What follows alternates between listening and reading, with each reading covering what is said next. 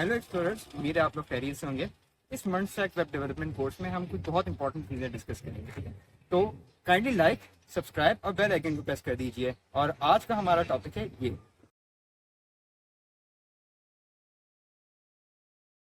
आज की क्लास में डेटाबेसेस से रिलेटेड एक चीज़ देखेंगे जो कि है ORM और ODM। ठीक है, अब छोटा सा टॉपिक है ये। ठीक है, इसको देखते हैं कि ORM क्या चीज़ होती है। ठीक है, दो टर्म्स होती हैं हमारे पास, कौन कौन सी? ORM और ODM। ठीक है, ORM और ODM। और ORM क्या चीज़ है? Object relation mapping. अब ये उन डेटाबेसेस के लिए होती है ऑब्जेक्ट रिलेशन मैपिंग। ORM उसके लिए यूज़ करते हैं जो SQL डेटाबेसेस होती हैं। ठीक है, यूज्ड, हम कह लेते हैं इसको यूज्ड फॉर SQL डेटाबेसेस।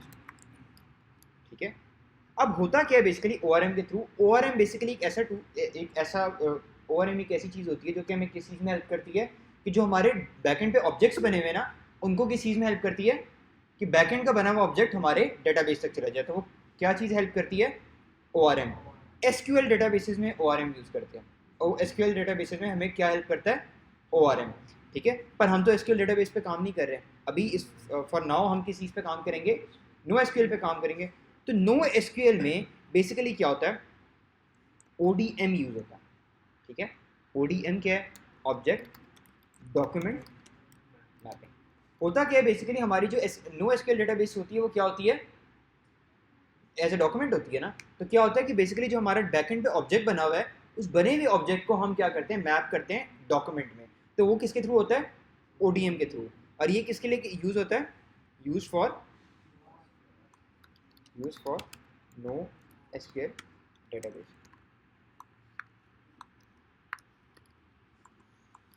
ठीक हो गया, ODM हम यूज़ करते हैं नो SQL के लिए और ORM हम यूज़ करते हैं। ठीक है, अब बेसिकली आपको पॉइंट समझ आया कि ORM क्या करता है। ORM और ODM दोनों का क्या काम है?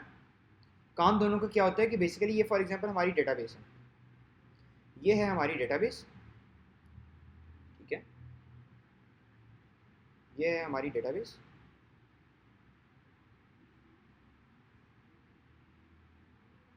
ठीक है, और इसको मैं लिख लेता हूँ यहाँ DB।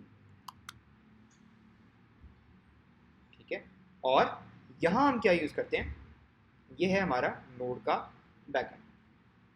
ठीक है, ये कोई भी बैकएंड है हमारा। ठीक है, ये है हमारा बैकएंड। अब क्या है कि ये जो हमारा बैकएंड आ रहा है ना, ये जो हमारा बैकएंड आ रहा है, ये क्या होगा कि बैकएंड पे जब भी हम कोई चीज़ बनाएंगे, ठीक है, बैकएंड पे अगर हम कोई भी चीज़ बनाएंगे तो वो अगर हमने डेटाबेस में भेजनी है तो वो डायरेक्टली नहीं भेज सकते, क्योंकि बैकएंड का अलग फॉर्मेट है और डेटाबेस का अलग फॉर्मेट है। तो उसके लिए बेसिकली जो बीच में एक लेयर आ रही है वो किस चीज़ की आ रही है? ORM। हमें क्या यूज़ करना पड़ता है?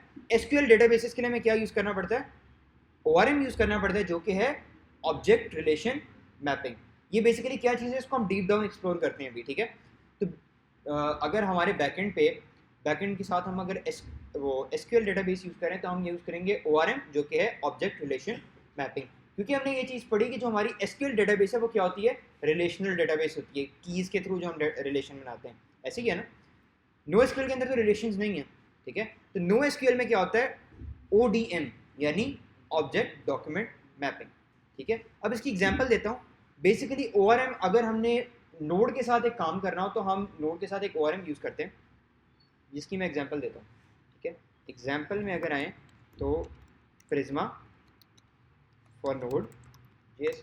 अगर हम SQL डेटाबेस यूज़ कर रहे हैं नोड जेएस के साथ, तो फिर हम क्या यूज़ करेंगे? प्रिज्मा का ORM यूज़ करेंगे। ठीक है, और बेसिकली मैं भी फिलहाल स्प्रिंग बूट के साथ काम कर रहा हूँ, तो स्प्रिंग बूट के साथ एक रिलेशनल डेटाबेस का ORM यूज़ होता है हाइबरनेट। ठीक है, हाइबरनेट फॉर जावा कह सकते हैं। ठीक है, हाइबरनेट फॉर जावा। तो बेसिकली क्या हो गया, ये हमारे पास आ गई एग्जाम्पल इसकी। अब बेसिकली इस टूल, और हमारे पास ऑल द ORMs और भी सारे होते हैं और ODMs भी बहुत सारे होते हैं। इस कोर्स में जो जिस ODM पे हमारा फोकस होगा वो क्या है? मोंगूज। ठीक है, तो मोंगूज क्या है? मोंगूज बेसिकली एक ऐसा ODM है जो हमें हेल्प करता है कि जो हमारे ऑब्जेक्ट्स बैकएंड पे बने हुए हैं उनको डेटाबेस में मैप करने के लिए। ठीक है, अब वो कैसे करते हैं वो हम नेक्स्ट क्लास में देखेंगे। ठीक है।